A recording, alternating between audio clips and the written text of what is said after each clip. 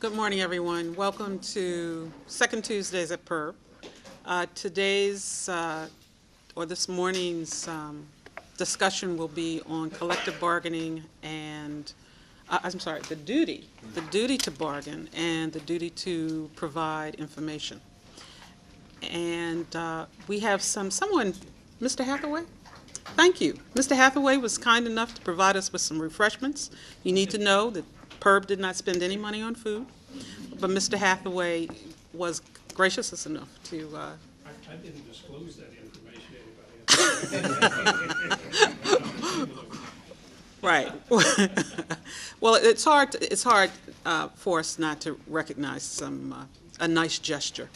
All right. So we've got these donuts over here, and we do provide water, but we have some donuts over here if you'd like to get one or two before they disappear. And I'm going to turn everything over to Mr. Higgins. Good morning. Mr. Hathaway, raise your hand. All my Lenten plans just went down the drain. Get behind me, Satan. Get behind me, Satan. Any event. That's it. We'll call it Fat Tuesday again. Okay. Good morning. Today we're going to, as Clarine said, we're going to talk about the duty to bargain. And this is a big subject.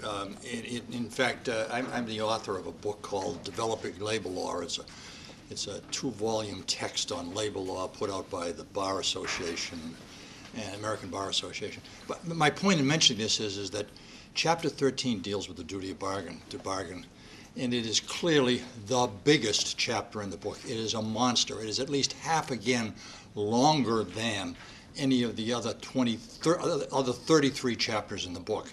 So this is a big subject, and to try to do it in a little over an hour and a half is going to be pretty hard, but I'm going to try. Those of you who were here last month know that we started on the duty to bargain when we finished the duty of fair representation. But I'm going to start over again. Okay, I apologize. I just want to make sure everybody realizes what's involved. We didn't get that far into it. And the problem was in the afternoon session, I never got to it. So if you happen to have been an afternoon person who shows up this morning, you weren't here last time, so or you didn't get it last time. So I'm going to start over again. As I say, it's a big subject. I've divided it into 4 topics, and I'm going to just cover them one at a time.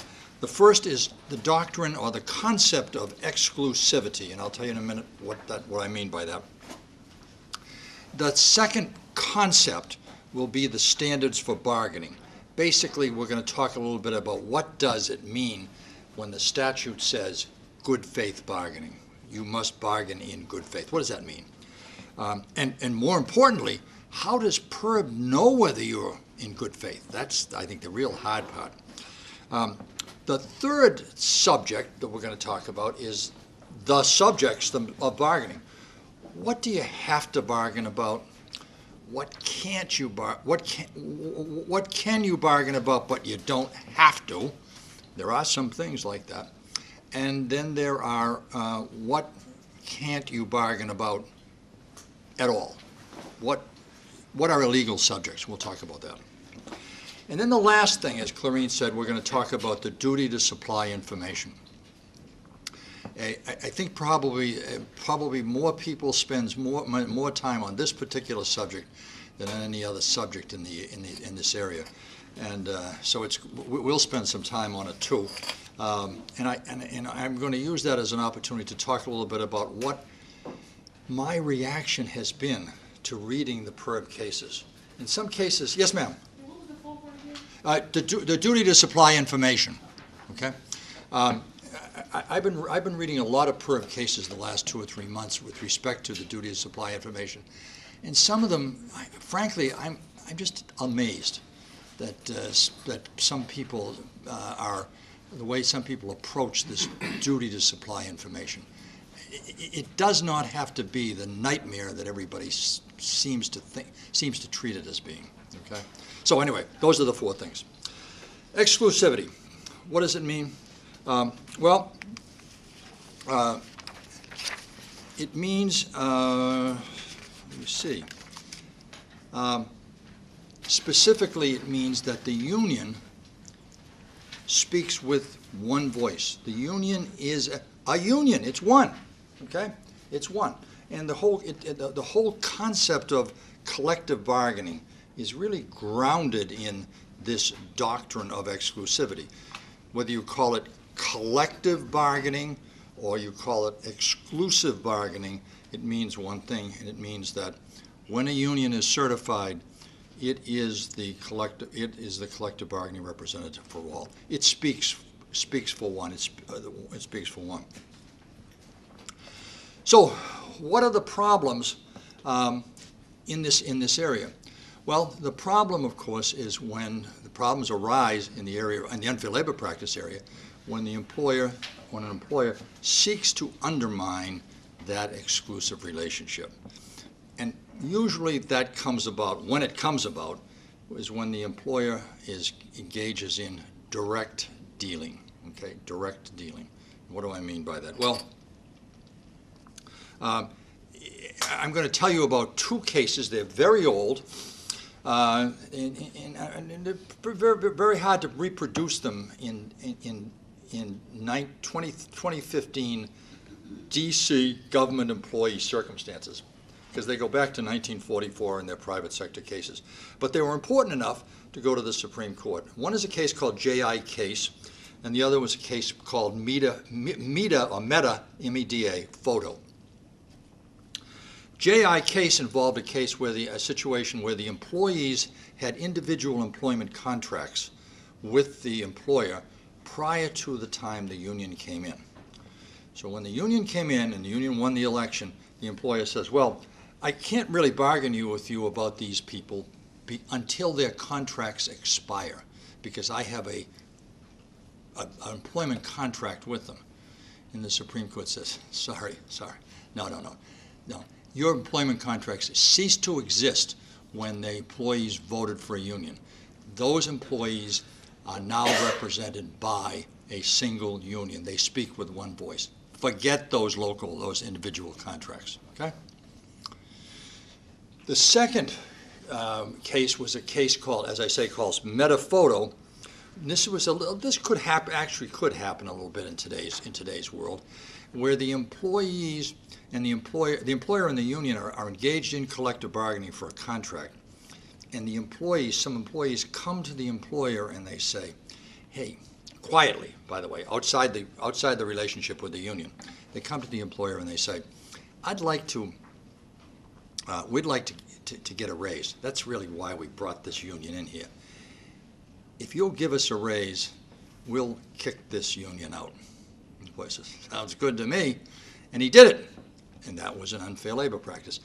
In both those cases, okay, the employer was, quote, directly dealing with, close quote, the employees, and not dealing with the union. In the first case, he was continuing to deal with them directly by wanting to honor those individual contracts. In the second case, he was dealing directly with them because he was, in a sense, bargaining behind the union's backs with the employees. And both of those are unfair labor practices, and both of those are denials of the doctrine of exclusivity. There was one case, not too long ago, about 2010, I guess it was. It's a D.C. Family Service case that involved it's a PERB case, involved a RIF, and there was a RIF, and then the agency was going to create new jobs. So, at one point, while this was going on, the employer sends an email out to all the staff, bringing them up to date on what's going on. By the way, there is a union there, okay? But he sends the memo directly to the employees, and he says, you know, I laid off X number of people. We are now in the process of rehiring and restructuring, and we brought in 25 more people, but they're going to be in different kinds of jobs. And so that's what's going on. The union filed an unfair labor practice saying direct dealing. What do you think? By the way, I would tell you this. PERB never got this case. A hearing examiner from PERB got the case, and he issued a decision, and it was never appealed to PERB. So I can't tell you what PERB would have done, but I think I can guess. But what do you think the hearing examiner did? Anybody want to take a stab at this? Is that direct dealing?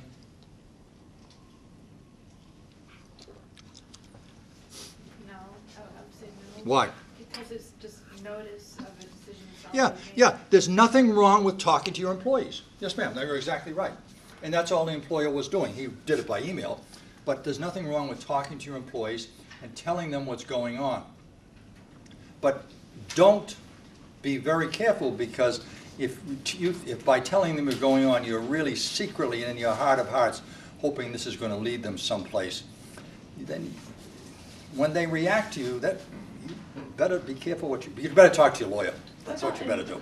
In Metaphoto, what would the employee liability have been towards the union? Could the union bring a claim against the employees for reaching out to the employer to try to get rid of them? Well, I suppose they could kick them out of the union, I suppose. But they're still in the bargaining unit. I mean, if they could make them non-members of the union, but being a non-member of the union only means you can't go to the meetings, you can't go to the picnic, you can't go to the Christmas party. It doesn't mean you don't get all the contractual benefits. Yes, sir? Could that also be perceived, if them having that conversation, as leading or trying to persuade them in some sort of way? You mean in the DC PERB case that I mentioned a moment ago? One admit and having a conversation. Well, I don't know what PERB would have done if it got that case. But I tell you that the hearing officer dismissed the unfair labor practice complaint, because he said, as this lady just said, he was really talking. He has a right to talk to employees. Have a right to tell their employees what's going on. Okay, they just can't deal directly. But going back to this question, for those in the back, the lady just asked me, well, is there anything the union could have done, or is there anything that bad happens to the employees when they are direct dealing? And the answer to that happens to be a Supreme Court case of about 20 years ago, a case called Emporium Capewell. If you've ever lived on the West Coast, you know I think the Emporium Capewell is a department store, if I remember correctly, in the Bay Area, in the San Francisco area. And in this case, there were a group of employees who were very unhappy with the employer's EEO program. They really felt the employer was not fair, or did not have a fair EEO program. And so they began to campaign against the employer. And by the way, there was a union, and the union and the employer were engaged in collective bargaining. These employees started to picket the employer's premises, not on behalf of the union, but on behalf of themselves and their EEO cause. Okay? They also had an anti-employer campaign and so forth and so on. I'm not going to try to get into all the details. The point here was the employer says, you know, I don't think that's protected activity. I don't think that's activity that they can engage in and get away with it. And so, you know, I'm going to fire him. And he did. And they came to the NLRB and they filed an unfair labor practice charge. And the charge alleged that this was protected activity. EEO activity is protected activity. And indeed it is. In other words, when an employee engages in EEO activity, he or she is protected by the National Labor Relations Act, also protected by EEOC. The board found a no violation of the act. Case ended up in the Supreme Court, and the Supreme Court agreed. What the Supreme Court said was, there's a fine line here, but these employees stepped over it. What they were doing was they were seeking to deal directly with the employer. They were seeking to undermine the union. They were in the unit, and they don't have a right to try to deal directly with their employer on this subject. This is a subject that they can go to the union meetings and they can raise hell if they want that the union's not doing enough. Okay, they can resign from the union, they can do all sorts of things, but they can't try to undermine the relationship between the employer and the union. And that's what the Supreme Court saw them as doing. And so that's a violation of the National Labor Relations Act. And that's an example. I mean, that kind of a case comes up once in about 25 blue moons. I mean, even more than that. But it is a case that was important enough to get to the Supreme Court. And it's important, you should know about it. So direct dealing is a two-way street. You just don't very often run into the kind of situation that they had in Emporium Capewell.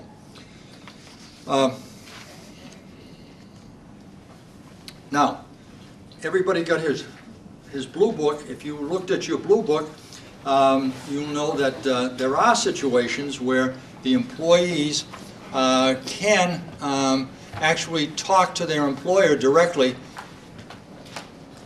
without having the union speak for them. Anybody know what that is? Well, if you look at well, I don't want to spend a lot of time on it. Look at 617.06B. That's really a carbon copy of a provision in the National Labor Relations Act. And what that says is that an employee has, notwithstanding the fact that the union is the exclusive bargaining representative, an employee can go sit down with the employer and discuss a grievance, can present a grievance directly to the employer. He doesn't have to go through the union. Okay? Does not have to go through the union. The union has a right to be told that there's going to be a meeting. The union has the right to sit in on it. The union has a right to say what it wants, but the employee is representing himself or herself at that meeting. Now, and by the way, the employer and the union, excuse me, I'm sorry.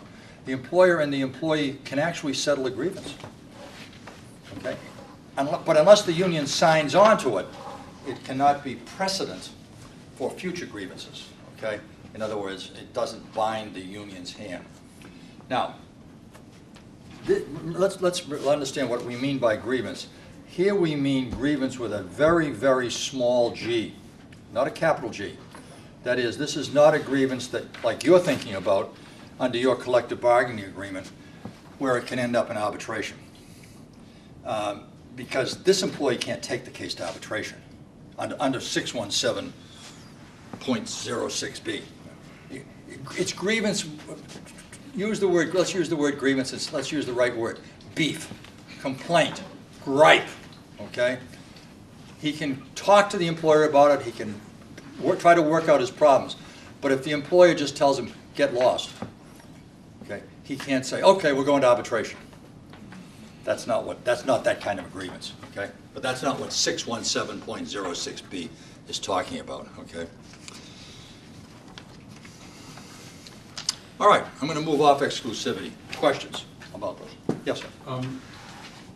Having been denied a remedy for a trivial grievance, the employee could then, provided the contract provides for this, for example, file a formal Step 2 grievance. Absolutely. Right. He could file a grievance with the. He could absolutely file a grievance. I suspect there might be a time problem here, because I'm sure that by the time he gets to the employer, has his meeting, they tell the union about it, the union has time to come to the meeting. I suspect by that time the time to file a Step 1 grievance may have expired. But if it hasn't, it certainly would not prohibit him from doing that. Okay? Any questions? Other questions? Okay. We're moving to the second topic. What are the standards for bargaining? Okay. Well, the basic standard is, as CMPA says, you've got to engage in Good faith bargaining. What does that mean? Well, it's been defined in many ways. I'm going to give you two of the definitions coming from some of the cases. And the first is, and I quote, good faith bargaining is a, quote, sincere desire, an open mind, and a sincere effort to find a basis to reach an agreement. Okay? Go to the bargaining table. You really want to reach an agreement. Doesn't mean I'm going to the, if you're going to the table and say, I'm going and I'm going to get mine and this is my position and there ain't no other position, it probably is not good faith bargaining. Okay? That just is not good faith bargaining. That is, you're looking for, you need to go there with a sincere desire, an open mind, and a sincere effort to find and reach an agreement. Okay? The second definition, a bona fide, or which is another word for good faith, a bona fide intent to reach an agreement, close quote. Okay? Now, if you look at your Blue Book and go to the unfair labor practice sections of the Blue Book, you will see that unions have the same obligation as the employer. So good faith bargaining is and this one is, a clear two-way street. Okay? The CMPA, the National Labor Relations Act, the Railway Labor Act, they all contemplate unions and employers sitting down at the table and both trying to reach an agreement or both having a bona fide intent to reach an agreement. In a case that PERB issued in 1999, it involved a D.C. Department of Recreation and Parks. PERB laid out what it's looking for. What are the elements of? Well, what are the elements of bad faith bargaining? What does an employer do? What can an employer do that would end up him getting the short end of the stick, or vice versa, the union? And I'm going to read from it. It's not very long. We, PERB, look to precedent under the National Labor Relations Act to provide guidance on what factors to consider when examining this issue. To establish surface bargaining, and that's the term that they use, surface bargaining. That means, by the way, means sitting down at the table and just going through the motions. On the surface, it really looks good, but it ain't, okay? But it ain't. That surface bargaining is bad. It's the opposite of good faith bargaining. All right, I'm going to go back to the beginning and read that sentence again. To establish surface bargaining, no one factor is determinative. Rather, the totality of a party's actions during collective bargaining must be examined to determine whether or not a party's conduct establishes a purpose or intent to frustrate or avoid reaching an agreement. A single fact, I'm continuing now, this is PERB speaking, not John Higgins. Any single factor standing alone usually will not demonstrate bad faith. Also, the fact that extensive negotiations fail to produce a contract does not justify an inference that the employer is engaged in bad faith bargaining. Okay? So no single thing necessarily means that it's going to be bad faith bargaining. And the fact that the parties work hard, they never reach an agreement, the union says, well, we've been at the table, and the fact that we don't have an agreement just shows you this guy's in bad faith. PERB says, no, that's not enough.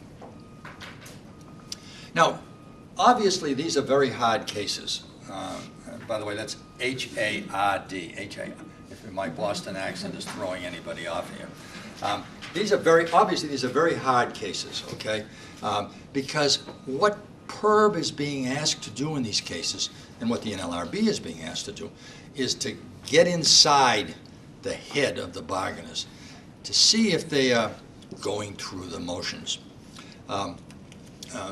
As I say, sometimes getting in the head of the union. Find out whether the union's in bad faith. Find out whether, so what is the board, PERB, NLRB look to in deciding? Well, I'm going to mention 7 things. 7 things, okay? As PERB says, no one of which is indicates necessarily bad faith bargaining, but it can. It can, okay? The first one. Number 1, delaying tactics, okay? An employer or a union stalling about getting to the table. Putting off meetings, endlessly putting off meetings.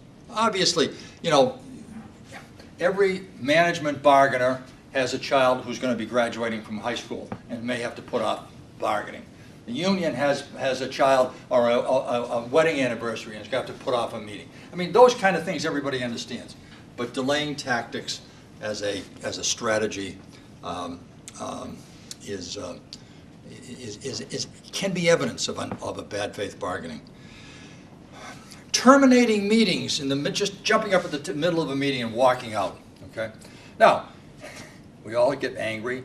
That's part of bargaining. Management knows when the union's putting on a little bit of a show. The union knows when management's putting on a little bit of a show. Everybody gets angry now and then. Again, this is not what we're talking about. We're talking about where they terminate meetings as a strategy, and it happens more than once, I guess. Number 2, unreasonable bargaining demands, such as regressive proposals. Regressive proposals.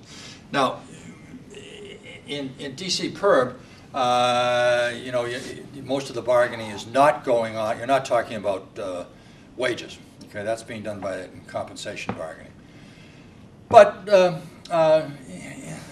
in the private sector, that would mean sitting down at the table and say, the employer says, my first proposal is to cut wages 25%. Really? Well, I mean, now, if the employer has a really good reason for that, I mean, if the employer's on the rocks or virtually on the rocks, that's not a regressive. That's regressive, but it's not a bad thing. The employer's trying to save the company. Okay, but an employer a wise guy who goes to the table and says, I want to cut wages. I want to eliminate the arbitration provision of this contract. We don't need a third party coming in here and telling us what to do. You know, I own this business. I'll make the final decision. We've had an arbitration clause in this contract since the year 1. I don't care. Well, like as not, that's an employer who's trying to duck his collective bargaining relationship. Yes, ma'am. Seems like the line there between taking an aggressive stance versus a regressive is the word you think you're using. I'm not sure I quite understand where that line is going to be. Oh, that's the problem. Right. That's why I say it's hard. Yeah, for example, I remember someone telling me a story. They were negotiating with workers who they were predominantly Rastafarian, and so management decided to impose a drug testing program. This is 20 years ago, because they knew that smoking marijuana was a big part of this culture, so they imposed this tactic. They hadn't planned to do it, but they put that forward as a way to get the union to back off on something else they really wanted, and then they pulled it back. Well, would that be? Well, now we're getting into the difference between bad faith bargaining and just plain old good faith strategies. Right. You know, how do I get them to how do we get to yes? How do we get to yes? And again, no one thing. I mean, no one thing. If that were all, and if the real plan was, the employer's real plan was not that he was trying to undermine the union or cut the union out of them, but this was his way of trying to get a contract. Right. He wants to get a contract. Probably not an unfair labor practice, you know. It ain't nice. Maybe it isn't nice, but it's a strategy. You know, it could very well be. I hard to tell. Item number 3.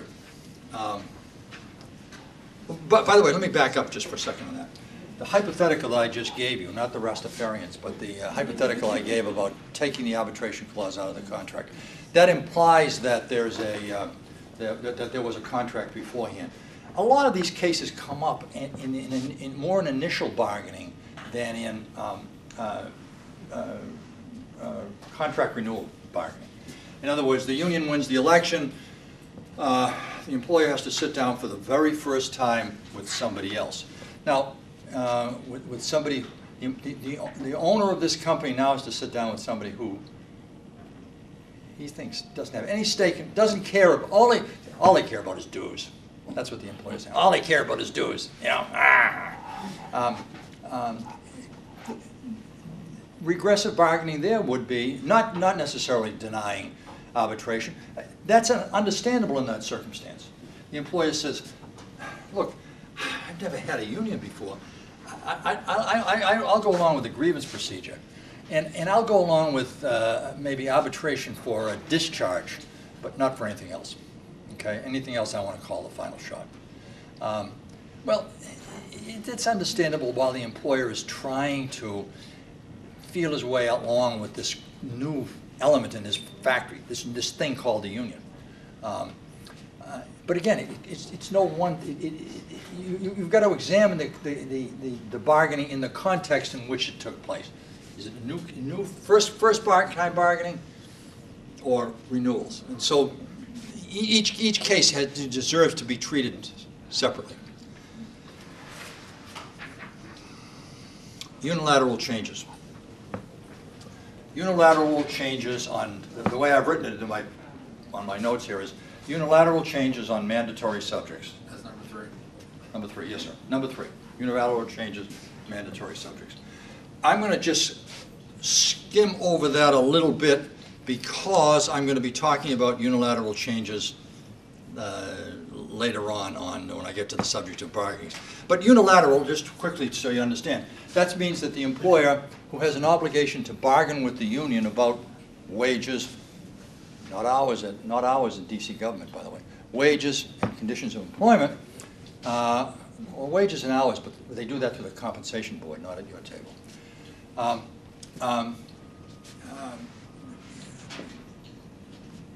Unilaterally, in other words, without any consultation with the union, without any bargaining, just changes a working condition. Boom, you know, just changes. Okay, changes the parking policy at the office, at the area, something like. So you pick it. That's what I'm talking about. Unilateral, one-sided. That's what it means. Okay. Number 4. Bypassing the union. Bypassing the union. And we just talked about that. That means ignoring exclusivity. So I don't need to spend a lot of time on that. Number 5, sending people to the bargaining table who don't have any authority to reach an agreement. Now, this can be a tough one.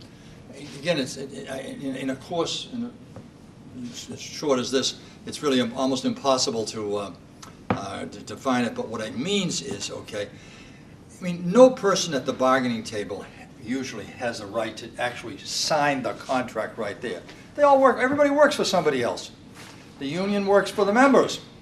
The union lawyer works for the union president. The employer lawyer working for the agency head.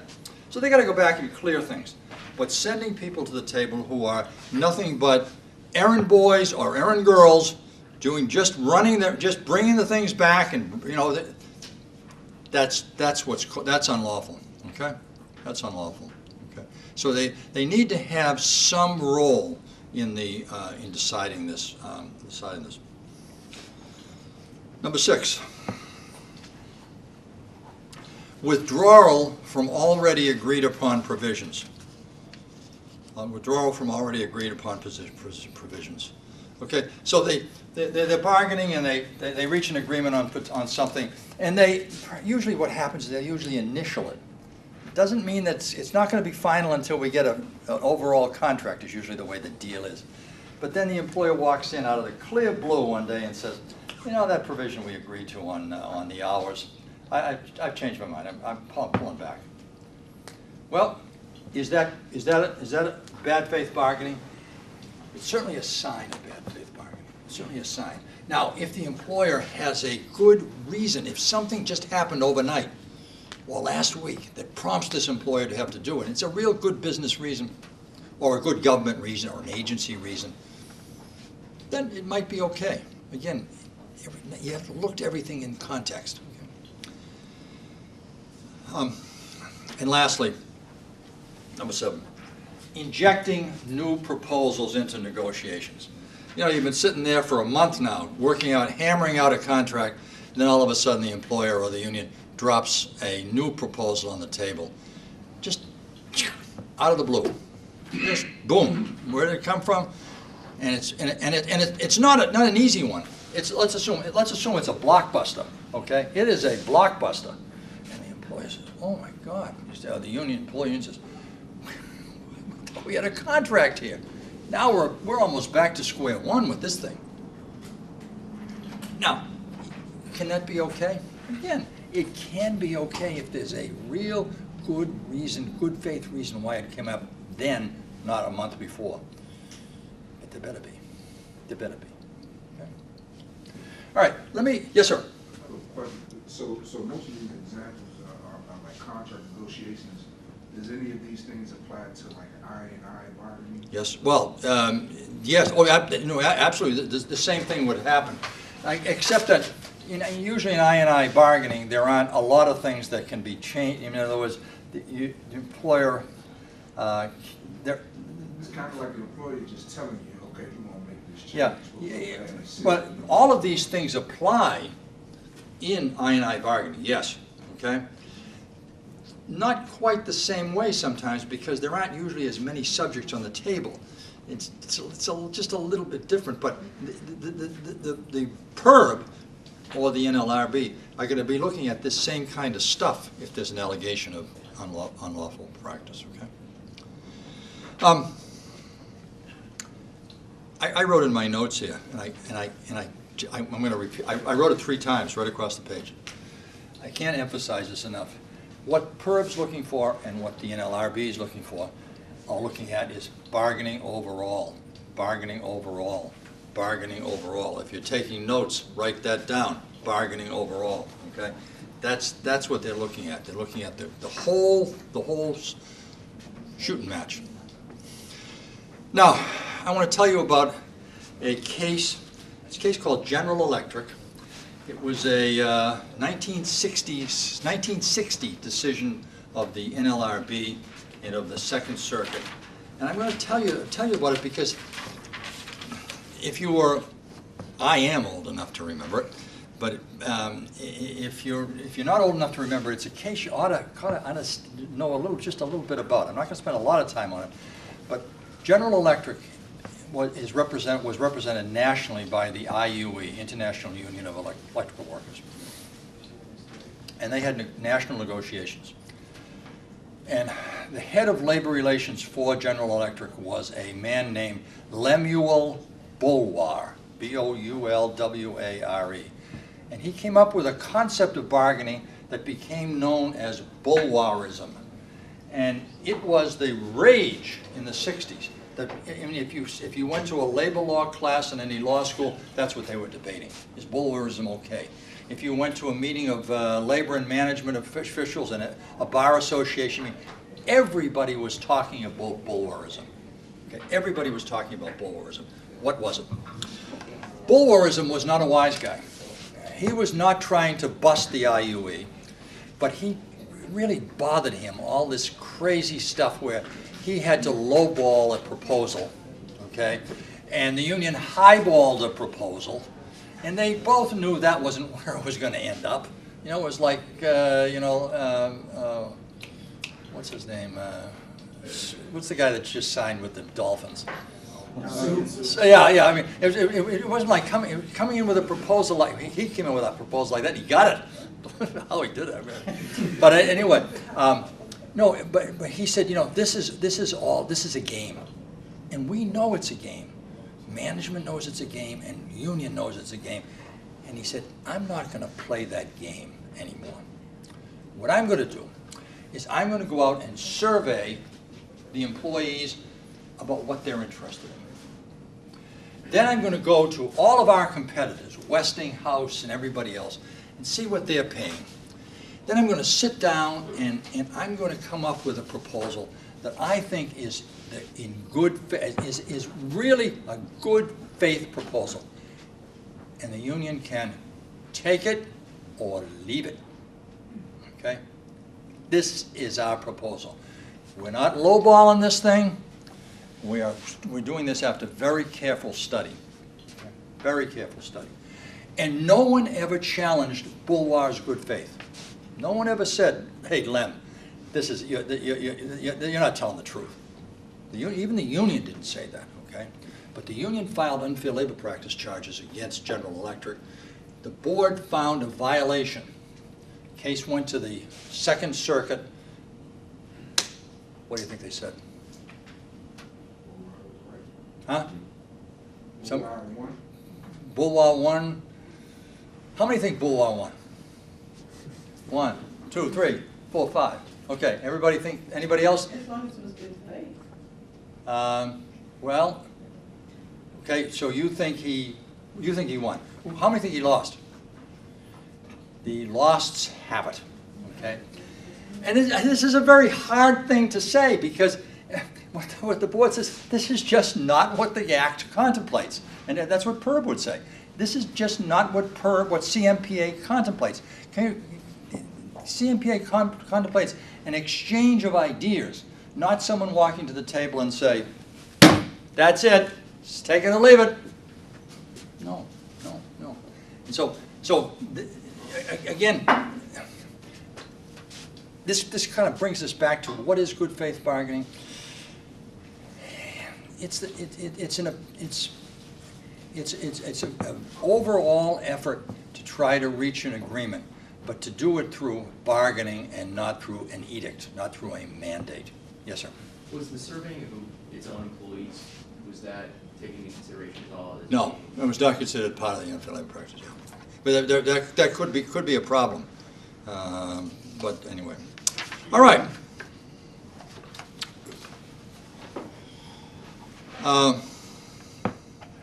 Now, up till now, we've been talking about going through the motions and so forth, and these are all cases where the PERB's job and the NLRB's job is to get into the head of the parties. I want to talk just for a second about things that are per se unfair labor practices. In other words, if you do them, they're bad, even if your heart's in the right place. Okay? If you do them, they're bad, even if your heart's in the right place. And one of those is what we said a little while ago, unilateral change. That's a change in wages, hours, or working conditions that's done without notification to or bargaining on demand with the union.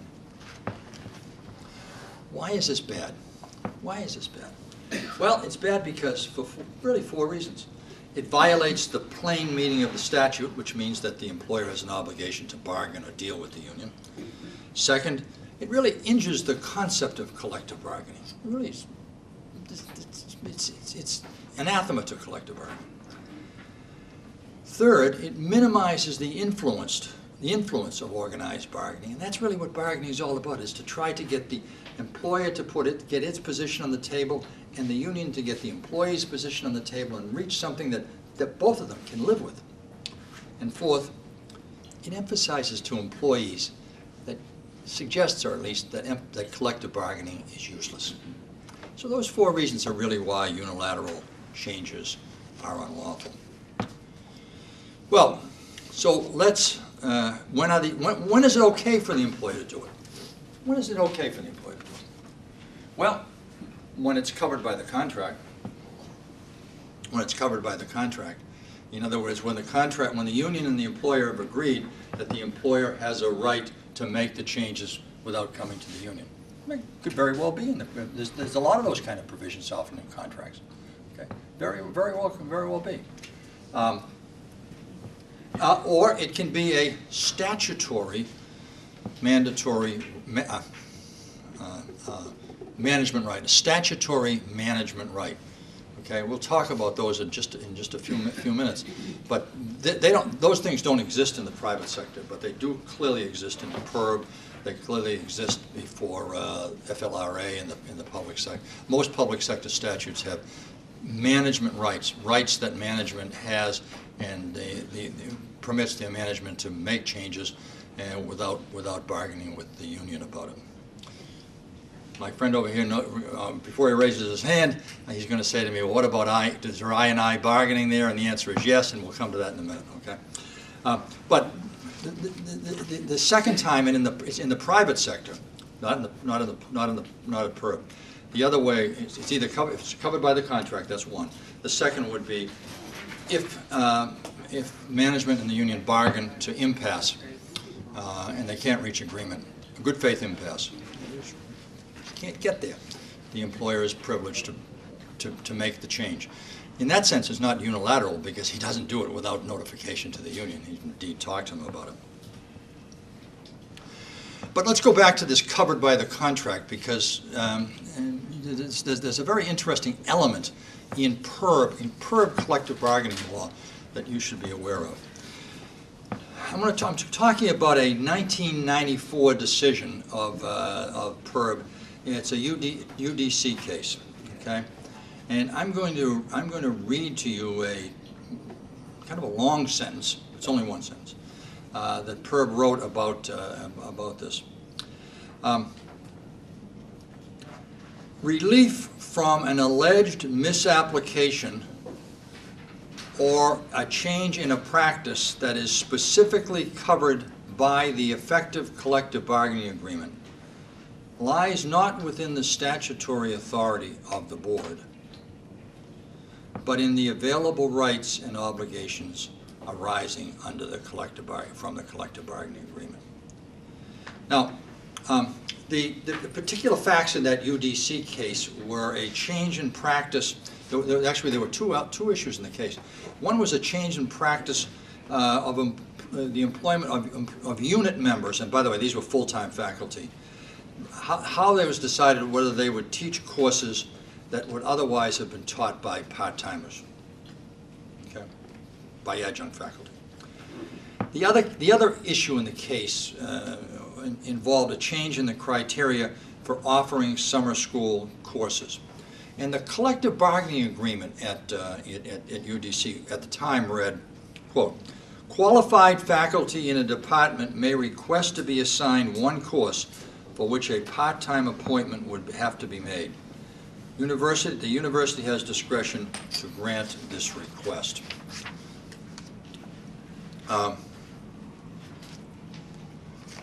More recently, in a case that was 1993, and you say, "Wow, God, that's old. That's 20 years old."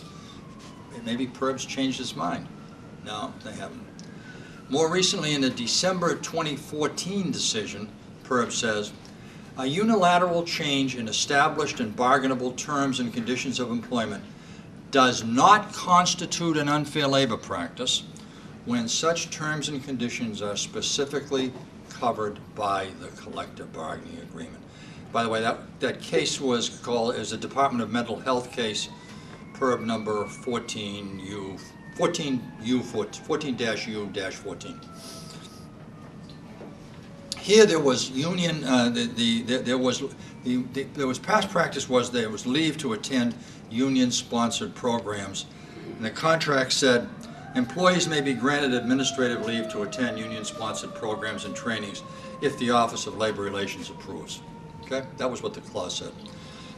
The department changed that from giving 100% time to 50% time. By the way, anybody involved in this case might tell me if I'm saying this wrong. And the union said, oh, no, you can't do that. That's a unilateral change. 100% was past practice. And the PERB says, yeah, that's right. But past practice is part of the contract. Past practice is in the contract. And so if you got a beef about this, don't come to PERB. Go take it to arbitration. Did I say it right? Okay, perfect. Now, not all past practice unfair labor practice charges or unilateral change cases are covered by the contract. So this is something, you know, this is really, I'll bet you I could spend the rest of the month talking about this particular problem. I'm going to have to leave it at that. The simple answer is you just got to look carefully when you have one of these kinds of cases and talk to your lawyer. talk to your lawyer. But that's what PERB law is. By the way, one other case, just to give you another fact pattern. The board did find a violation when the employer changed the excused leave to vote provisions of the contract.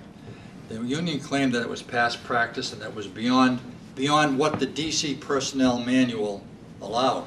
I mean, it was less than what the DC personnel manual allowed. And the contract itself actually referenced the DC personnel manual. So you would have thought, oh boy, well, this is another one of those cases. Well, the hearing officer found and the board found a violation. The kicker in this case, there was no answer filed. Okay, the Department of Health did not file an answer to the PERB complaint. So it was a default judgment, but even in those circumstances, the fact that the actual contract clause referenced the DC personnel manual seems to me would have suggested that this was a case covered by that UDC decision. For some reason or another, without explanation, PERB found a violation. Do you know why? Do you remember the case? That's not my case. Oh, okay, all right. All right. First one was. All right. And finally, I just want to go back. This whole problem of obligation to bargain about unilateral changes extends to unions. Okay? Unions can't engage in unilateral action. Now, how often does it happen? Not very often. Very, very seldom, as a matter of fact. I think I was with the NLRB for 47 years. And I think I don't know how many of those cases we had, probably 2, maybe 3. And they don't usually come up in an industrial situation. They very often usually come up in a construction situation where the union and the employer have a collective bargaining relationship in a hiring hall. And the union makes some change in how they're going to refer people out from the hiring hall. In other words, what kind of people the employer is going to get. And the employer says, wait a minute, that wasn't what I bargained for. The union says, hey, we decide who's going from our hiring hall. Well, that could be a unilateral change, but it can happen. Does anybody here have any kind of a collective bargaining relationship with any union that supplies workers to you on a temporary basis? Do you have anything like that? Okay. Well, do you have your relationship was with the union, right? Yes. Yeah. So that could happen. You could actually have a unilateral change if the union all of a sudden decided that the deal was you want them to have high school diplomas, and that was what you want. You were only refer people with high school diplomas, and the union unilaterally says, hey, we know better. We're going to use GEDs. That wasn't the deal you struck. I mean, I'm making this up a little bit, but that could actually happen in that circumstance. Okay. I'm moving on to subjects of bargaining. We're halfway through. I'm going to talk fast though. There's a lot more to go. All right. Anybody? Any questions about what I've said so far? Yes, sir. What are the penalties to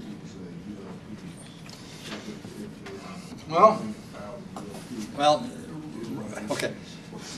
Okay. Well, there aren't any. There aren't any. Because you use the word penalties. Penalties suggests punishment. Okay.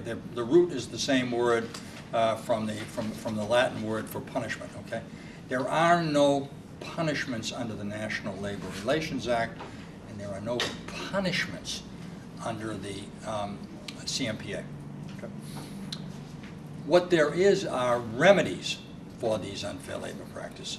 So, employer fires somebody for union activity. Okay.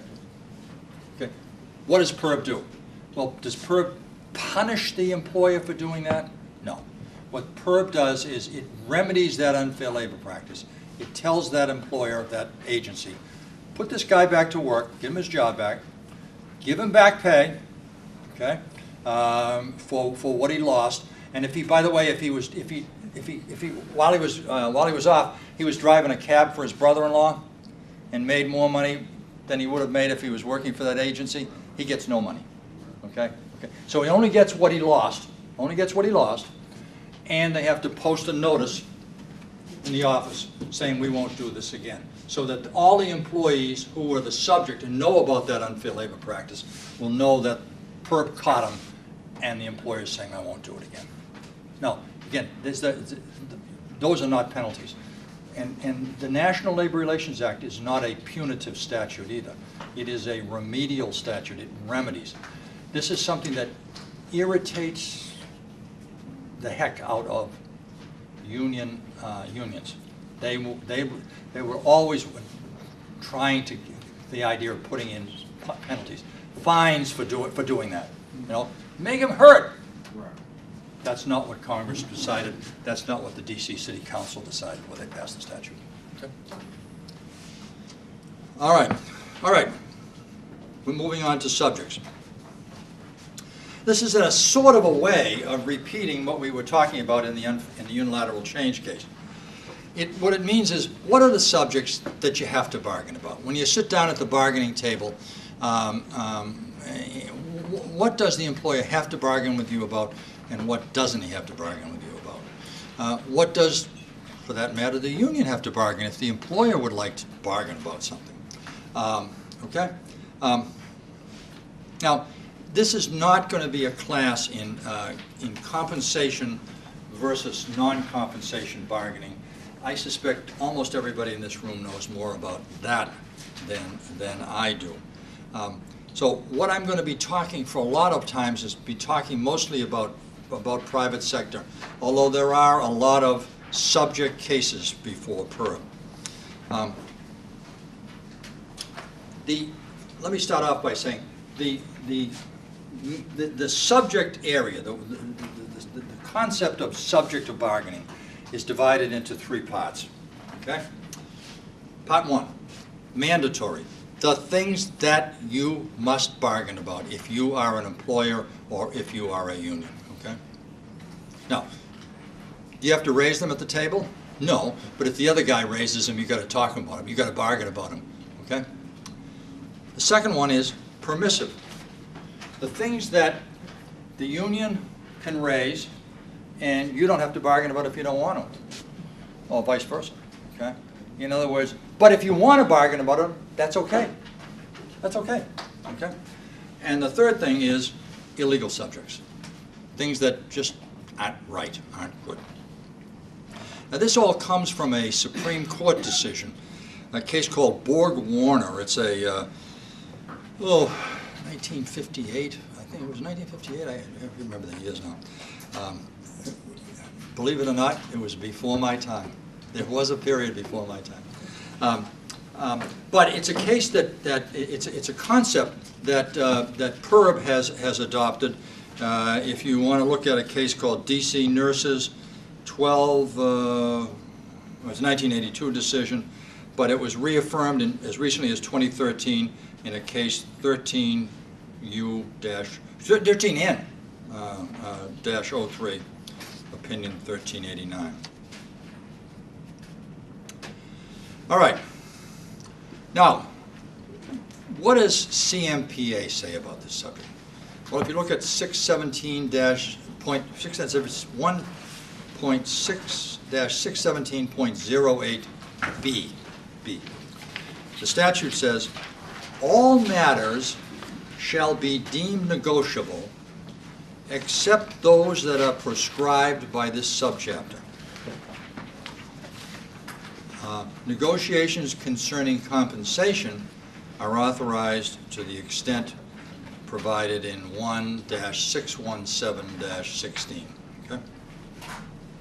Now, does this mean, when it says, all matters shall be deemed negotiable except those prescribed, does this mean you've got to bargain about everything? That employers have to bargain about everything, unions have to bargain about everything? And clearly the answer to that is no. Okay? And if you've already read this book to cover between our sessions, and you got to 617, you read 617.08 in its entirety, you know that there's a provision in there that's known as the management rights section. Okay? What does that mean? It means that there are subjects about which management simply does not have to bargain. Why is that? Because the DC government, in its infinite wisdom, has decided that they don't have to bargain about it. Now, some of them are bargainable, but they are not bargainable at your table. Okay? In other words, wages. Okay? Wages, of course, is the heart of collective bargaining in the private sector. Right? It is not the heart of collective bargaining between an agency and a union on non-compensation bargaining. That, as I understand it, that wage stuff gets handled in compensation bargaining. Okay?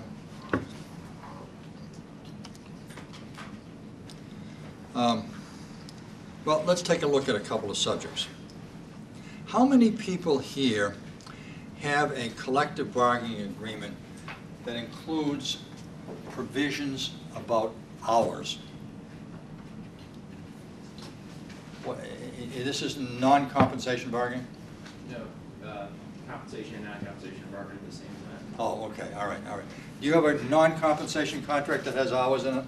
Okay, you have one? We're still bargaining over it, Okay.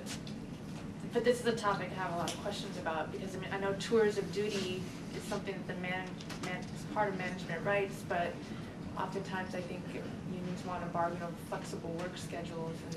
Well, why don't you, do you know how it ended up in your contract? It's tour of duty. Well, Yeah, why is it in the contract? The reason it's in there is to be able to give, to, when reasonably exercising notice to the union for impacts and effects of changes in tour of duties, to give adequate notice, and also for the reassignment of representatives from one work site to another, so that they can. But why did you bother with it? Why'd you bother? You don't have to talk about it, right? All right, you don't have to talk about it.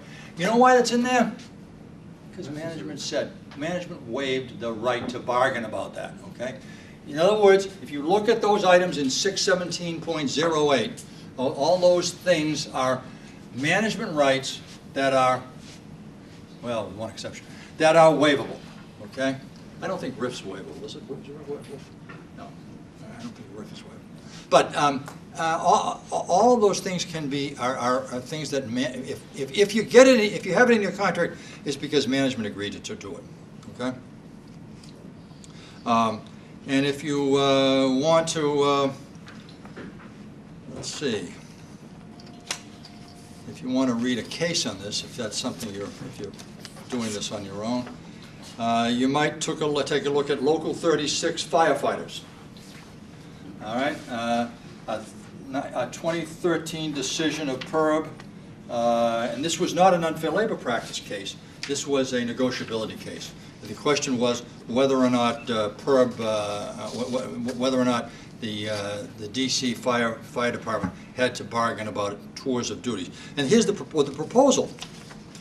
What the union wanted was they had a proposal for the basic work week for members in the firefighting division shall be 42 hours averaged over a 4-week period. Then another provision the firefighters asked for. The work schedule for members working in the firefighting division shall be 24 hours on and 72 hours off. And what did PERB say? PERB said, this is tour of duty.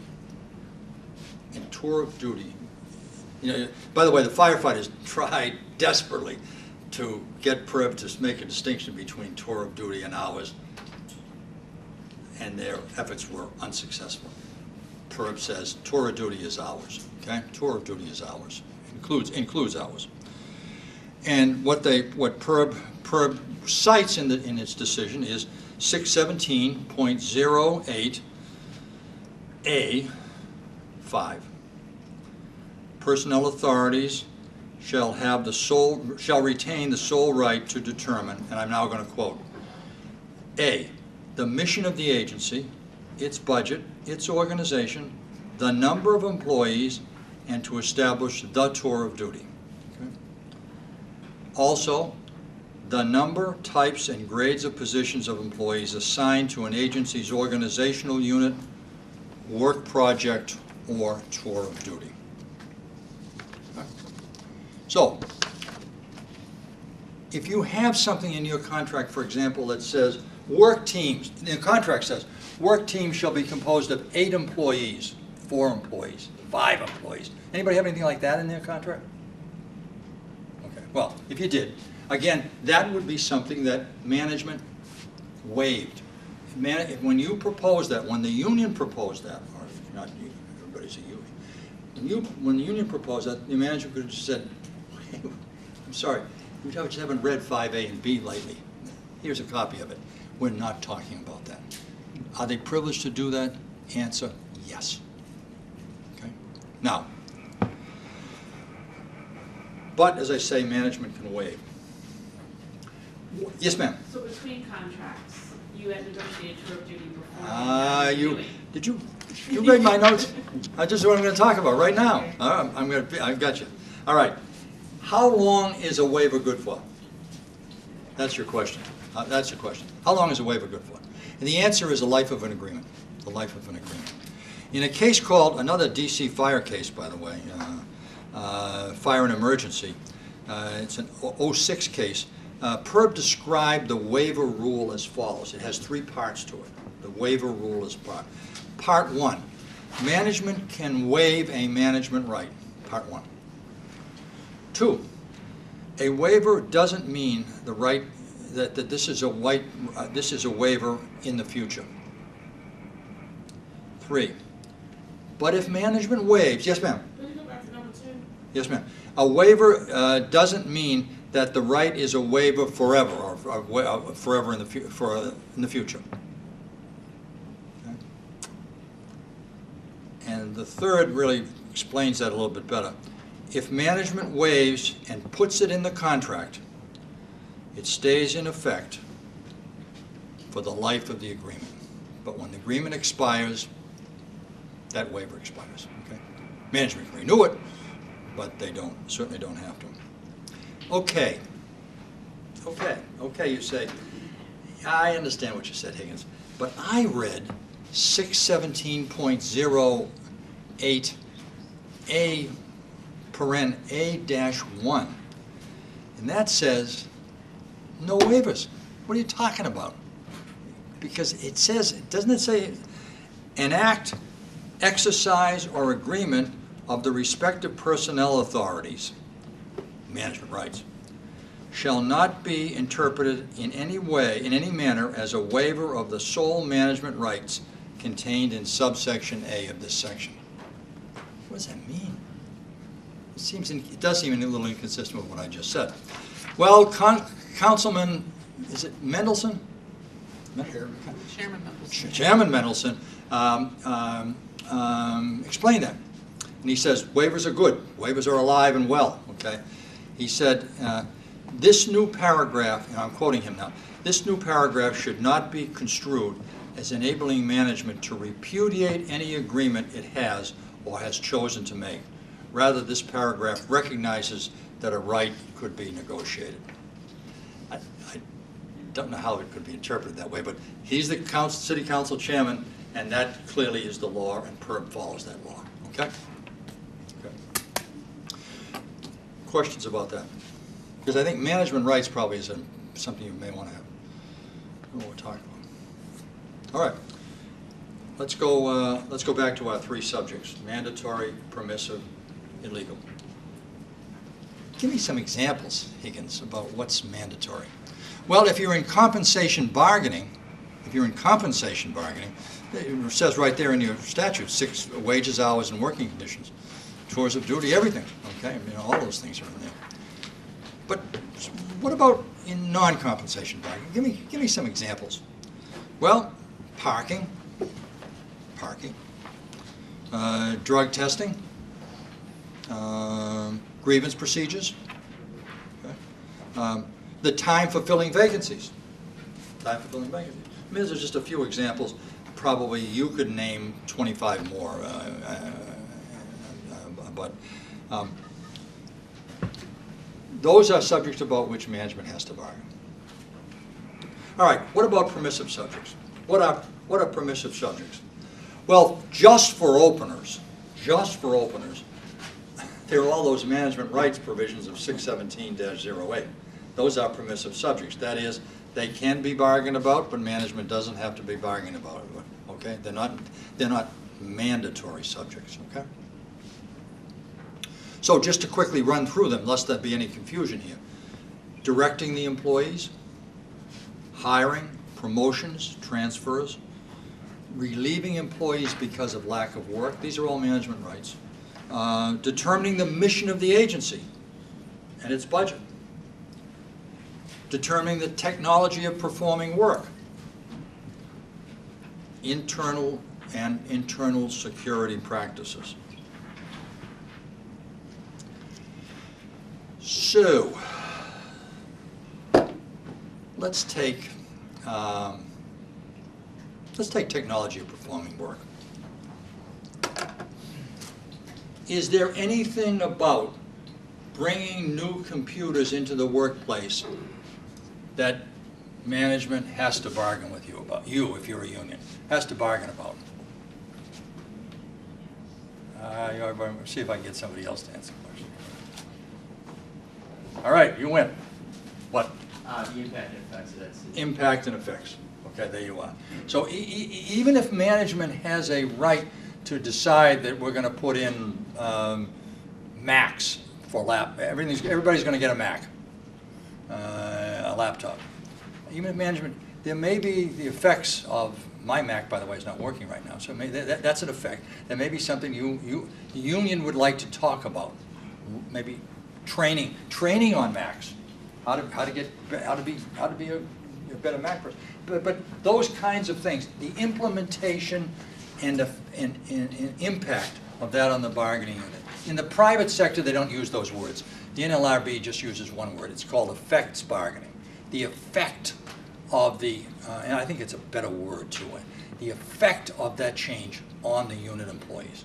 Yes, sir. In the federal sector, they call it impact and implementation. Right.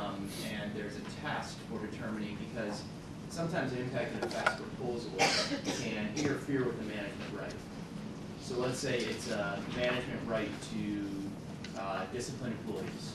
And maybe an effect of that is the union proposal to say, well, you got to do something in X amount of days. You have to discipline somebody in X amount of days. Or you have to provide the union with a copy of the investigation or something to that level. But in the federal sector, there's a test that says a union proposal is not negotiable to the extent that even though it's an impact implementation proposal, it excessively interferes with the management right. Is there some corollary to that?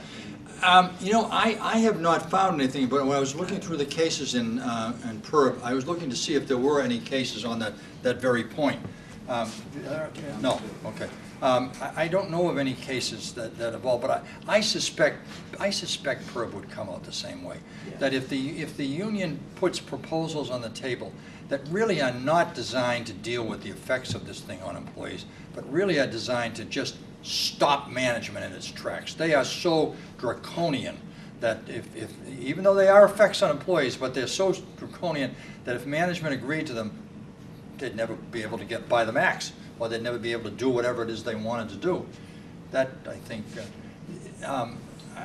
but somewhere in the back of my mind, as I'm talking about this now, I think I saw something about this on RIFs.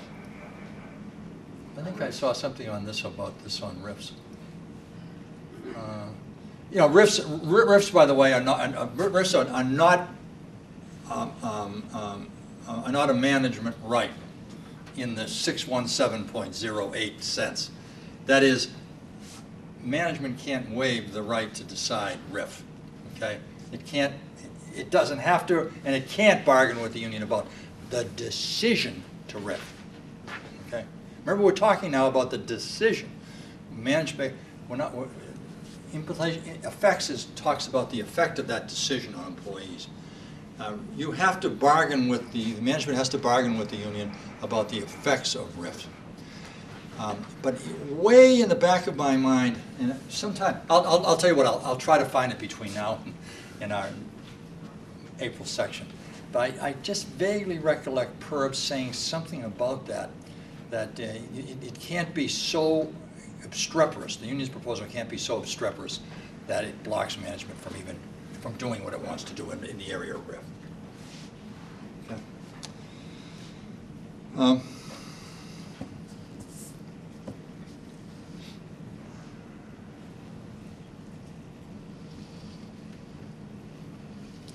Okay, illegal clauses. Illegal clauses. Anybody get an idea of, anybody get an idea of a clause that could be illegal? Anybody have an idea of something that that a union could propose, or for that matter, management could propose, that would be illegal? And in other words, if you put it on if they put it on the table, it'd be an unfair labor practice. Yeah, how's that? How about a clause that says we'd like to divide the workforce between blacks and whites? And we want a provision in our collective bargaining agreement that has that. Or we'd like better still. The management says to the union, we'd like to have seniority lists, black lists and white lists, male lists and female lists, Catholics and Protestants, okay, Muslims and Jews. We want to separate everybody out into the groups that they like to, quote, they like to be with. All right? What if management proposed that? Would you think that was illegal? You bet your life it is. You bet your life it is. And it would be illegal if they just proposed it. Just proposing it would be an unfair labor practice. Okay? Not it's permissive, not that it can be waived. No. It's illegal. Okay? How about this one? Oh, here's a good one. The union says, we'd like a provision in the contract that gives us the right to strike. In DC government now, okay? Okay, we'd like a provision in our contract that would give us the right to strike. Is there a right to strike under PERB? No. No, it's illegal, right? It's illegal. Okay. Can they have it? Yes, ma'am. What about benefits? So this local law requires. Oh, I haven't got an answer yet. Are you answering my question? Could they have such a clause? No. To allow strikes? Can they have such a clause in the contract? No. Okay. Well, that isn't what PERB said, and it was held. That kind of a proposal was held not to be illegal. You know, PERB says this isn't giving them the right to strike, but they actually wanted to put it in the contract just in case the law changed. Okay. And PERB says, well, that's okay. It's still illegal. Okay. Actually, I thought I wrote this down. I apologize. I should have written this down. I'm going to make a note to myself and get it for you. Anybody else heard about that case? It was a negotiability case, by the way. It was not an unfair labor practice. It was the union had it was a proposal in a union proposal. As I was reading it, I was taken back too, but PERB said it. Again, don't think for PERB made it very clear. This doesn't give you the right to strike. This certainly doesn't do that by any means. But as far as PERB is concerned, the union is saying, yeah, we'd like it just in case the law changes. We don't want to tie our hands now. Why doesn't that apply to anything that's currently illegal under the law? Well, I'm interested in what difference. how they draw the distinction. I don't remember. I don't think PERB made that distinction, by the way. I'm going to see if I can find it. Next month. Come back next month and we'll tell you. All right? All right. An agreement to change RIF procedures would be illegal. Why? Because RIF procedures are set up by the thing called the Abolishment Act, and actually there's a PERB case on that. It's 14N-02. Ma'am? It was, by the way, that was D.C. Homeland Security. Anybody here with Homeland Security Agency? It was a 2014 decision. Let's see. See if I can quickly find.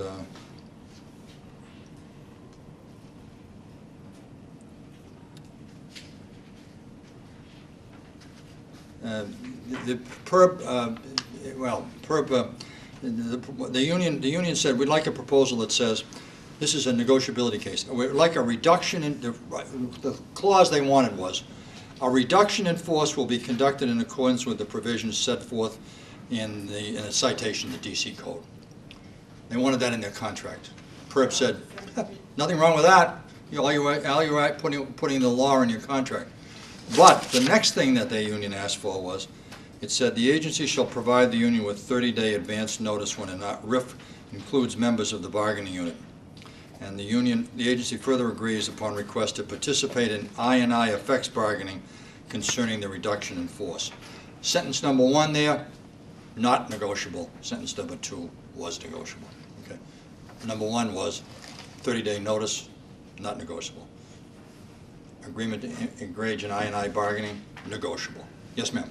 Sorry, I was just saying, did you repeat the case number? Oh, the case number here was 14-N-02, and if you have Westlaw, this particular case, it's 2014 WL 3887588. Repeat, 2014 WL 3887588. Okay.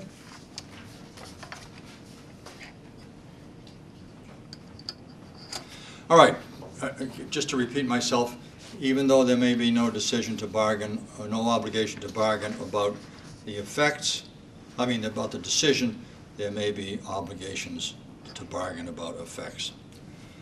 Okay. We are moving to number 4, which is the duty to supply information. Okay, any questions about 1, 2, 3? All right. We're gonna finish it. I know we're supposed to get through 11:30, but I'm gonna finish this today.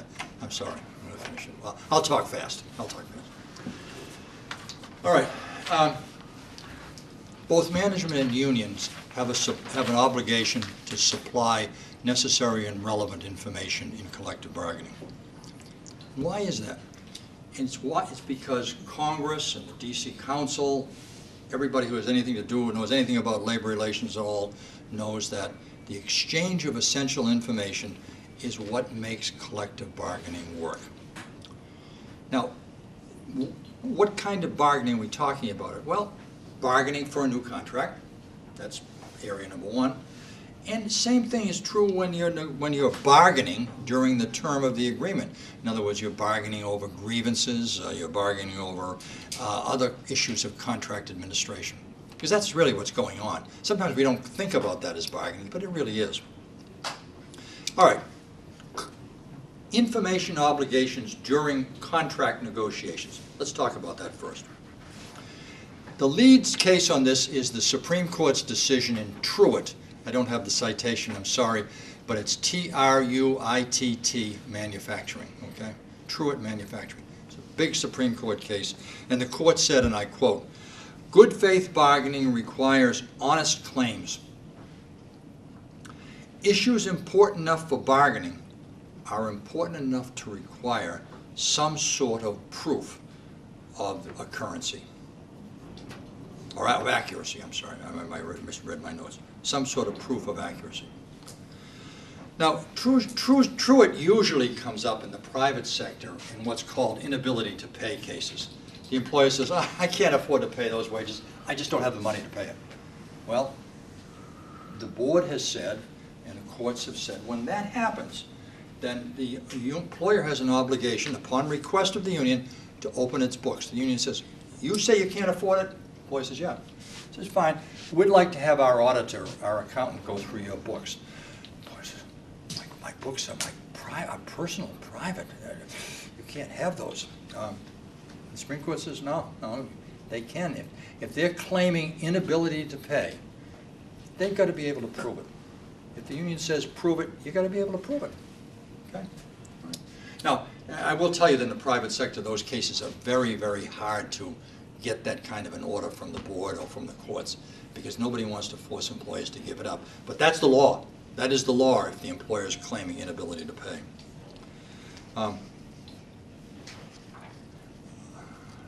In a very recent NLRB case, the union made a request for bargain, request for information. The employer ignored it. By the way, I see that a lot in deep PERB cases, but this is a private sector case. The employer ignored it. The parties went ahead and got a contract. the NLRB still prosecuted the employer. Okay? And when they got to before the judge and before the board, the employer says, hey, there's no need for that. There was no need for that information. You should dismiss this case. And the proof of that, there's no need for that, is the union agreed to a contract. And the board says, no, you misunderstand. Yes, that is the most that says is that the union just decided they were willing to go ahead, but we want to be sure that we built in an order against this employer. So the next contract, when he does it, it'll be a violation of our order. Yes, ma'am. Was the remedy something else besides posting that violated the? Yeah, provide the union with the information, even though it's old news. They ordered them to provide that Yeah, information. even though it's old news. Yeah. Yes, ma'am. Okay. So there is an obligation to provide that information during the course of bargaining for a new contract. Okay. We'll talk a little bit about what kind of information you have to give up, what's relevant and what's necessary, but we're just talking now about the times in which you have to produce. The second time you have to produce information, request information, is during the life of the agreement, where the union wants the information to be sure that the contract's being honored. Or the union needs it, for instance, to judge the strength of the employer's claims about what it needs, what it wants to do. The union may also want it to eliminate non-meritorious grievances. In other words, the union has a grievance about tardiness. The union says, look, our guy who you got fired for tardiness says that everybody else was tardy too, but you never fired them before.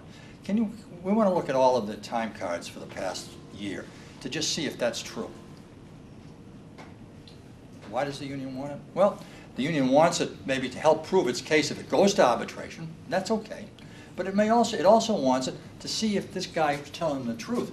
Because if everybody else who was tardy got fired, the union is going to say, we're not going to take your case to arbitration. It's a non-meritorious grievance.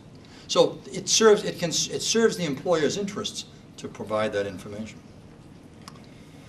And as I said a minute ago, the union is entitled to that information to prepare for arbitration. I know you say to yourself, oh, I don't want to give this up. This is my ace in the hole. When I drop this on the arbitrator, I'm going to blow him right out of the water, and I don't want the union to be able to prepare for it. Well, I'm sorry. They've got a right to have that information. If they ask for it, they have a right to that information, and you don't have a right to blow them out of the water in those circumstances. Okay?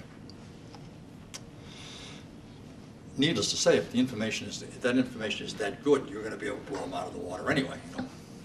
Okay, how does this happen?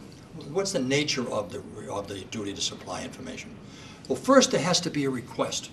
Okay, there is nothing that requires that the employer sua sponte just offer the union all the information that it wants, that the employer thinks the union might want. The union's got to ask for it. Okay.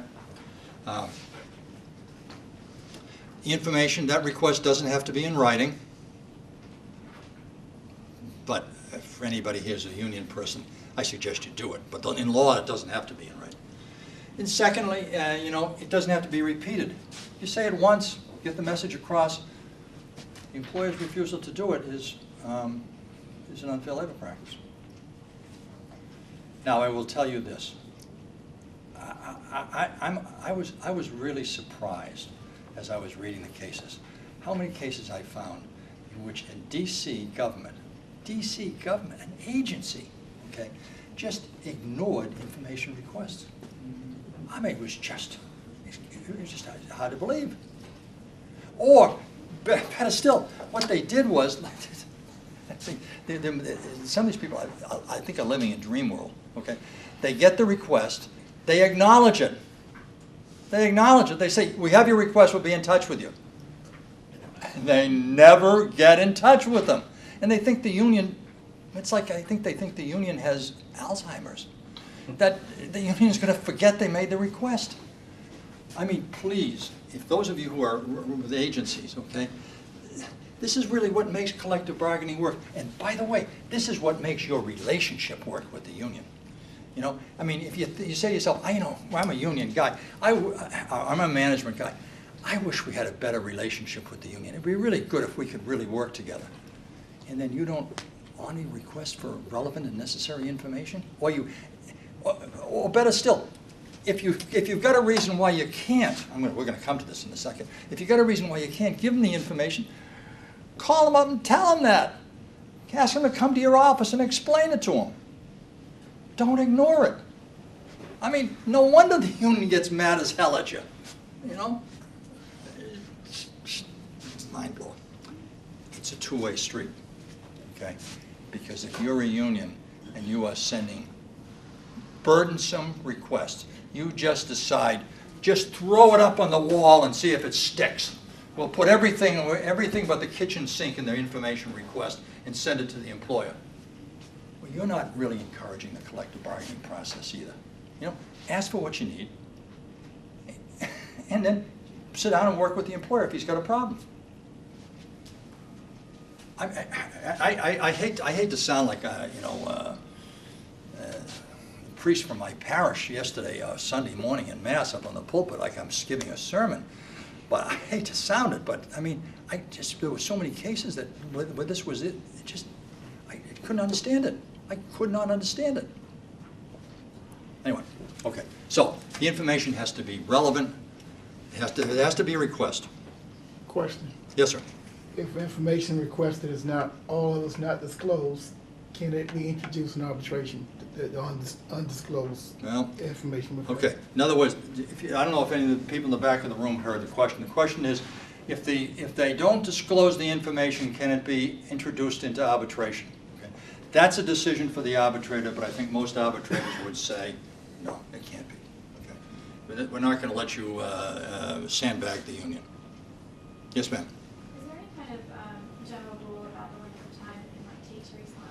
Yes, ma'am. I'm coming to that. Right? Actually, I've got a quote from PERB about this. I've got an actual quote from PERB. Who do you send the request to? There were two cases where they were. One was the Department of Mental Health case in 2012. It was something. There was an argument, a fight over pay, and the request was for information, pay information. The agency sent it to its payroll office or to the pay office. That's separate from the agency. Sent it to the pay office, and then just there was no response from the pay office. So the case went before PERB, and PERB says there's a violation here. There's a violation here. Why? Because this is one of those cases where you, the agency, could have pulled that information together. Even if pay office didn't respond, this is something you could have got. Something you had. Okay. They don't give a lot of detail in the decision. By the way, that case is 9-U-07. 9-U-07. Okay. But in a second case involving the Office of Labor Relations, a 2014 decision. It involved the Fraternal Order of Police, who of course have a contract with MPD. But FOP sent, the Fraternal Order of Police sent a request for training information to the Communications and Labor Relations Office, not of MPD. This is a separate agency, right? They sent it to OUC, Office of Unified Communications, and it sued Labor Relations for abiding OUC. Right, that's my next point. So then the union didn't get the information. They didn't get a response from OUC, and so they filed an unfair labor practice charge against OUC and the Department of Labor Relations. Okay, and they lost. And the difference here was they just sent it to the wrong people. They don't, and as PERB said, they don't have a collective bargaining relationship. There has to be a relationship between the requester and the requestee. Okay, and in this case, it should have gone to MPD. Okay,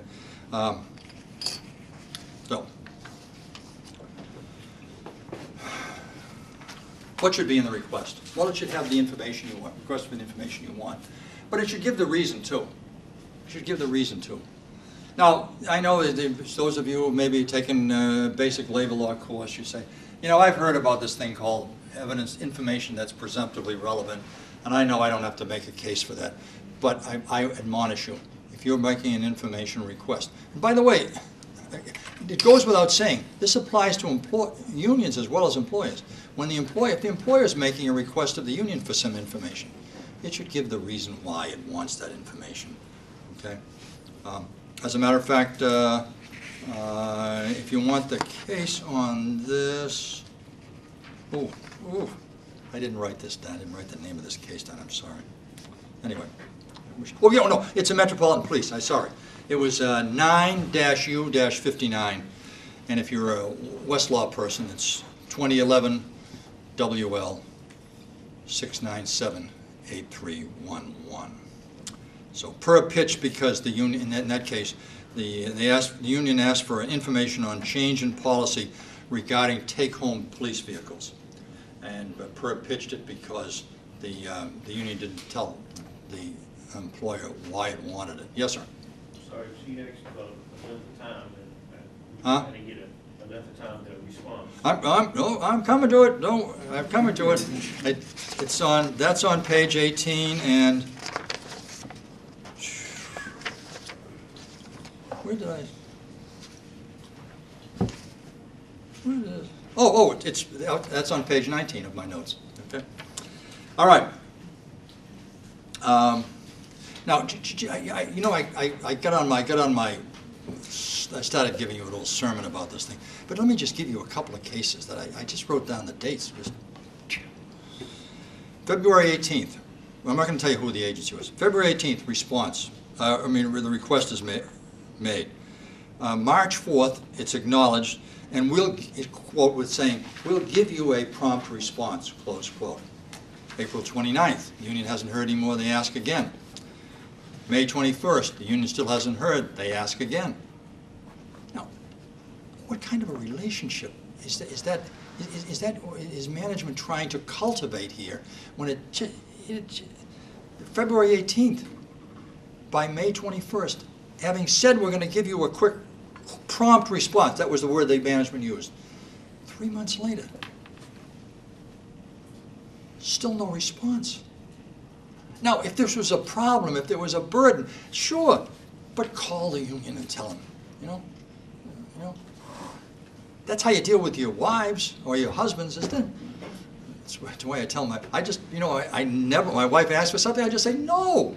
But I don't drag it out, you know. I don't say, well, I'll think about it. I think about it. If the answer's no, honey, it's no. Sometimes I say I'll talk about it, but it's really service bargaining. Really service bargaining. Okay. I had another case. Request made January 13th, acknowledged on January 25th, saying, I'll get you the information. Second request, February 2nd, a week later, so maybe they never got the response. They just never gave the information. Never gave the information. How long can an employer take? Well, the answer is, it depends. The answer is, it depends. There is no nice rule. There is a case, DC Public Schools case, 13-U-02, and again, if you're a Westlaw person, 2013 Westlaw 875-5706. It's the Westlaw citation. And the board said there, and I'm almost quoting them, is that 1.5 months delay is a reasonable period. 2.5 months is too long. That's what they said. Okay. Now, if I were you, I would not use this as a guide. I would really not use this as a guide. Okay. Because PERB was actually talking in the context of a particular case, but they said it. They said it, and maybe you can use. Maybe you'll be able to help. If you wait more, if you waited 2 months, and they filed an unfair labor practice charge, maybe you could use that in your defense if you're a management. Okay. But it's always going to be a very fact bound determination. You know, it's always going to be on the facts of the case. If the union's asking for something that's very easy to supply and you drag it out for a month and a half, you deserve to get whacked by PERB. You really do. You really do. If it's a lot of material and it's not going to, you just can't do it in 2.5 months, well, you know, the answer is you call them and tell them that, okay? Yes, sir. Freedom of information request, FOIA request, is that different from? Yeah, it sure is. It sure is. The question from the back is Freedom of Information Act request different than information request? Yes. First of all, Freedom of Information Act request, the union does not have any greater rights than your high school son to the information. In other words, if your high school son writes in and asks for information under the Freedom of Information Act, and the union asks for the same information, you both have the same standing. You don't have any greater standing. Okay, everybody has the same right. Okay. And the obligations there are statutorily done. Okay. Freedom of Information Act is different. Yeah. And I think that this is an interesting dovetail on that. We recently had a request for all of the employee addresses from the union. And I mean, we asked for them to particularize the need, why they need the addresses and why they can't get them themselves from their own union members, because we were concerned about providing personal information which could reasonably, without our own supervision, once we've handed it over, become the domain of anybody within the union. We have no control over it, and yet that information is protected by passwords in PeopleSoft and so on and so forth. And so we're at 6s and 7s over whether to provide it. Well, I think in the private sector you'd have to turn it over.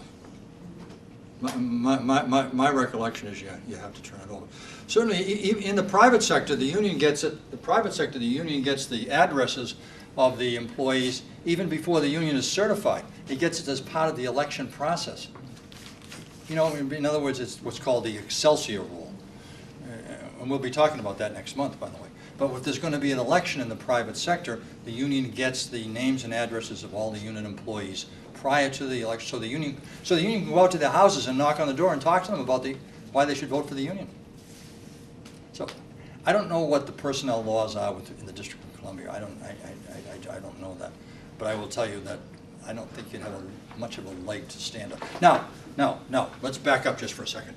This comes up now and then in strike replacement situations. The union strikes, the employer replaces them with what the union calls, quote, scabs, close quote, okay? People that the union really doesn't like, okay? And the union is yelling at them as they cross the picket line and all this kind of stuff. Yeah, we'll get you, we're gonna, you know, okay? And then the union comes in and says, we'd like the names and addresses of all of the strike replacements, okay? Now, these are hard cases for the board because, yes, the union's entitled to that. The union represents those people. They're in the bargaining unit. They may not like it. They may not like the union, but they're in the bargaining unit, like it or not. So the union has the right to know where its members live. The people it represents lives. The board has wrestled with that particular problem, saying in those circumstances, it's a different balancing test. And I think in some of those cases the board has said no. Or if the board has said yes, the Court of Appeals said no. It's been all over the lot on this. Did you have a question, ma'am? Was somebody back there? Yeah, I mean, like, Yes. well, sometimes I think the delay is because you don't know what information you provide to the group, just like the gentleman said up there. Like, for example, some of the stuff can be FOIA, but it's kind of like, you don't want, you feel compelled to protect the employee's personal information. So sometimes they may say, well, I want to know the hourly salary of all of our members. Well, yeah, you can get that, that's public information sometimes, but I mean, it's like, where's the line, you know? Well, I'll tell you, the line is probably not where you're drawing it. It sounds like, I can't tell for sure. I'd like to go over a little bit more, but remember who's asking for this, okay? It is the employees that you're trying to protect. It's their representative who asked for this. They may not particularly like it, but he or she is their representative. And they were using that as part of their collective bargaining responsibilities. And, you know, unless maybe you have a case like the one I just described, I don't know how much, does it really behoove you to be telling employees you know better than their representative? Well, I don't know. If the employee comes to me and they're upset because I provided their personal Yeah. information, what recourse do I have? Tell them explain to talk to PERB. Listen. Let me tell you this. Let me tell you this. If this question comes up, I don't want to judge this because I don't know the circumstances. What you need to do is talk to my friend right here. He's with the Office of Labor Relations. Yeah, let him figure it out. He's getting paid the big bucks to figure this out. But I think there are. I know I'm coming along maybe a little stronger than I probably should. But I think you've got to remember that what this is all about. This is all about collective bargaining and about exclusivity. It goes all the way back to that. You know. Well, I mean, we had requests where, you know, we want all of the information on a particular job that was posted and all of the applicants that applied for that job. I mean, of course, we call labor relations, but. Well, I'm going to go on. Let me go on. You can't hand that stuff over. Well, okay. Let's go on from this. What kind of? Because the next question. I got to talk fast. The next question is, what is relevant and what is necessary? Okay, that's the question. That's the question this lady's asking. What's relevant and what's necessary? Okay, and it must be information that's related to the collective bargaining relationships. If it is too general, if it is very general, you can't figure out really where they're going with this thing. Maybe that may leave it to the employer to determine what he's going to turn over. Okay, but it's almost impossible to give a much better guideline than this. And what I'm going to tell you is, the NLRB and I presumably PERB would tell you that the standard for what's relevant and what necessary is a liberal discovery standard. That's the term they use. In other words, it's the standard that the courts use in deciding what a plaintiff or a defendant can get in discovery from the other side. And those of you who have law degrees or know lawyers or talk to lawyers in your agency know that's a very, they always refer to it as a liberal discovery standard. That's the phrase they use because it is a very liberal standard. The courts have long since said, hey, when the parties are fighting about discovery, we're not going to get into every single fight that goes on. You turn it over and we'll figure out later whether it's admissible. So that's the best I can tell you. That's what the board and that's what the courts say. Liberal discovery standard. Yes, ma'am. So does that mean the unduly burdensome? I'm coming to this. I'm coming to that again. That's the next page. Did you have? Is that your question? It sounds like PERB is borrowing the standard from the NLRB, and so I was going to ask about in the federal sector. There's a statutory right to information here that talks about what this gentleman mentioned, a particularized need for information, and it's a little tighter than liberal discovery standard. And I just wanted to clarify that it sounds like PERB borrows from the NLRB as opposed to the FLRA. Well, I'm going to ask all my lawyers here to tell me. Did I misstate? He says no. I said it correctly. I said it correctly. Yeah. All right. Almost there. Which brings us to the last two, which is the questions you've been asking: burdensomeness and confidentiality. Okay, burdensomeness. If the employer gets a request that it considers burdensome, what does it do? Well, it doesn't stick its head in the sand and say, "Oh, this is burdensome. I'm not going to respond to it."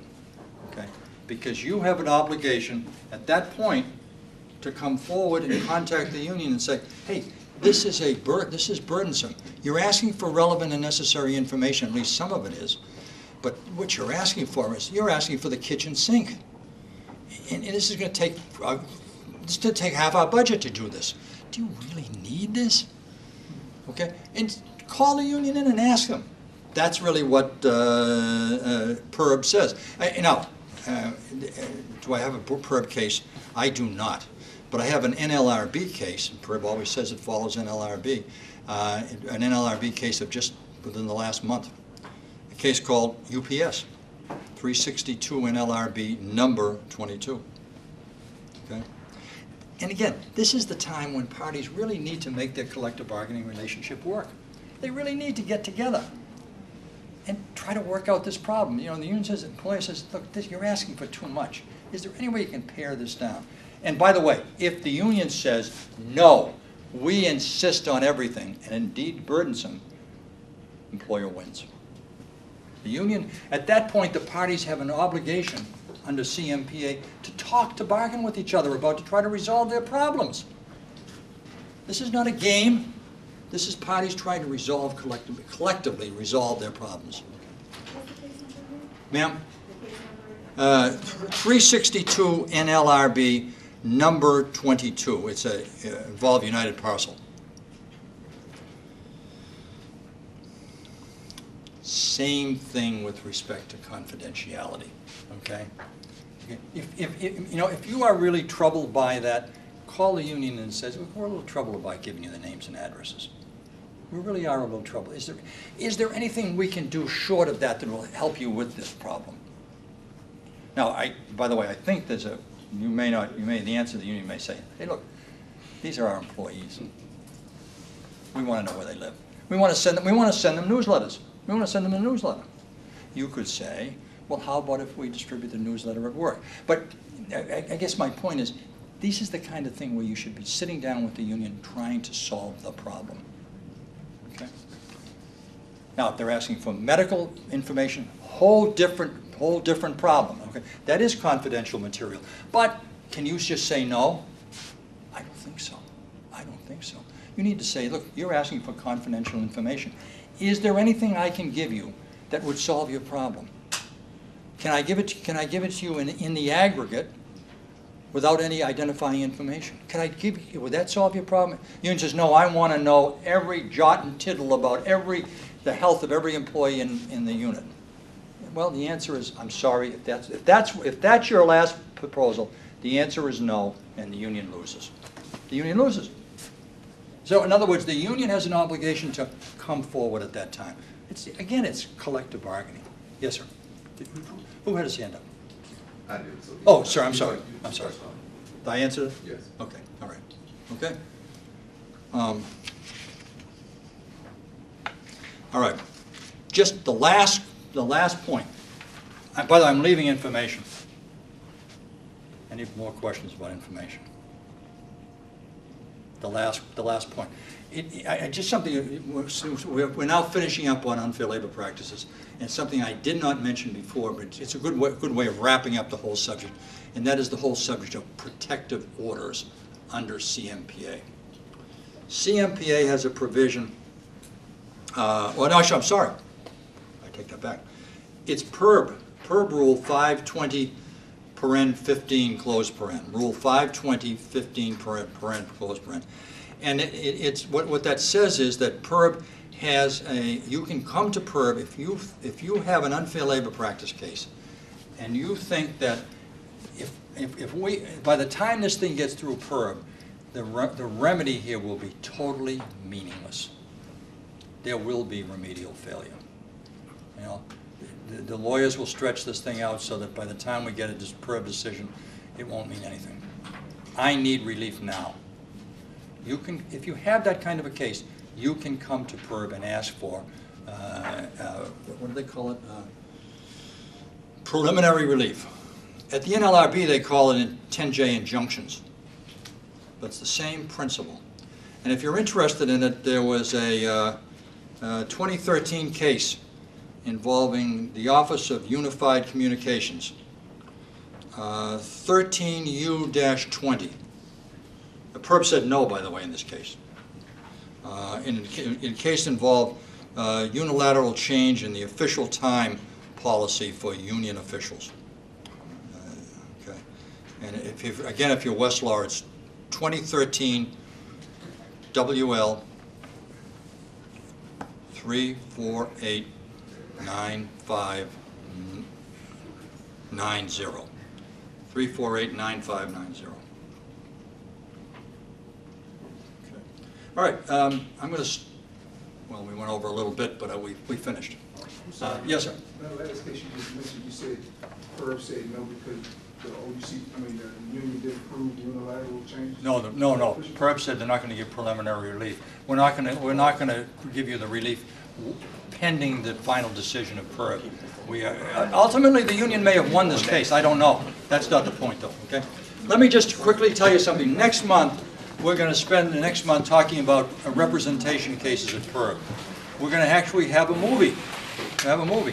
It's going to be an NLRB training film. You will see a mock NLRB election. Now, you say, well, hey, I'm in the D.C. government. If you've never seen an election by PERB, you need to see this film, okay? You just need, if you're going to be a labor relations executive, either on the management side or on the union side, you need to have some familiarity with representation cases. And that's what you're going to have next month. We'll show the movie and we'll talk about representation cases at PERB, election cases, unit modification cases, unit clarification cases, okay? See you next month. Everyone, we're passing out a little survey. If you could just fill it out for us. I just want to get some information from you about any topics that you think we should be covering and how we can expand. Just let me know. I also have the notes from last month's meeting for you if you would like to pick them up. And I think that if anyone came last month and did not get a notebook, or if you don't have a notebook, I think we have some notebooks over there, don't we, Cheryl? We have some notebooks over there. All right, so thank you, and yes? Are there videos of the last? We're still working on a closed cap. We have to get closed captions for anything we put out, and so we don't have it yet. Okay. I'm really worried about what this is going to look like. I'm really worried about it.